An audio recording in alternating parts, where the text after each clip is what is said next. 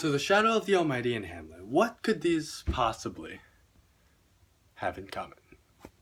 Well, let's look at the Shadow of the Almighty. Now, the Shadow of Almighty is a compilation of letters and analysis by Elizabeth of her husband Jim, who ministered to these Aka Indians, and Jim would continue to put God at the forefront, and this eventually got Jim killed. Now, Elizabeth struggled with this idea of mercy versus revenge, where she was very mad. She could have been mad at God. She could have been mad with the Indians. She could have been mad at literally anybody because they killed her husband, right? However, she decided to choose a different option. She decided to show these Aka Indians mercy, and you know what she did? Elizabeth forgave and ministered to these Indians.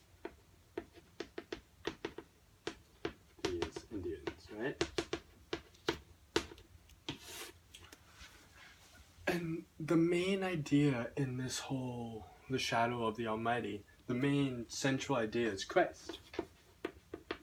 Now, if we look at this, we can see that in the Shadow of Almighty, since there was Christ, since they continued to revolve back to this thing, Jim and Elizabeth, they both decided to revolve and gravitate back towards Christ. They ended up showing mercy to these Aka Indians. And we'll look at that even further when we compare and contrast Hamlet and Shadow of the Almighty. So then we ask ourselves, how does this compare with Hamlet? What's the difference with Hamlet? Well, if we turn it all around and we look at them from two different perspectives. One, from a perspective of mercy, and the other from revenge. Now let's take a look at a couple of quotes in Hamlet.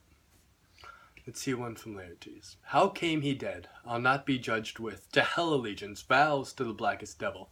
Conscience and grace to the profoundest pit. I dare damnation. To this point I stand, that both the worlds I give to negligence. Let come what comes, only I'll be revenged most thoroughly for my father.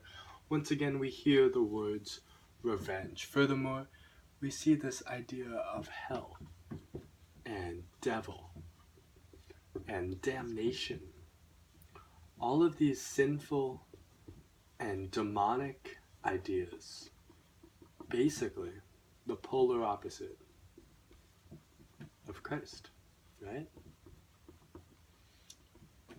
And that's Laertes talking about the revenge of his father. Now if we look at Hamlet, does it not thinkest thee stand me now upon? He that hath killed my king and whored my mother, popped in between the election and my hopes, thrown out of his angle for my proper life, and which such cozenage? Is not perfect conscience to quit him with this arm, and is not to be damned to let this canker of our nature come and further evil. Once again we see this idea of evil and damned. And once again we see this main idea of revenge. Now that directly contrasts to this idea of mercy in the Shadow of the Almighty.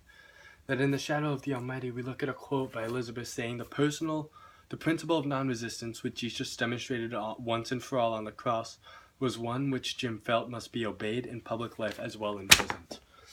And there we once again see this relation between God and mercy. And you know what they had in the Shadow of the Almighty that Hamlet didn't? In the Shadow of the Almighty, they continued to relate it back to God. And God led them back to this idea of mercy.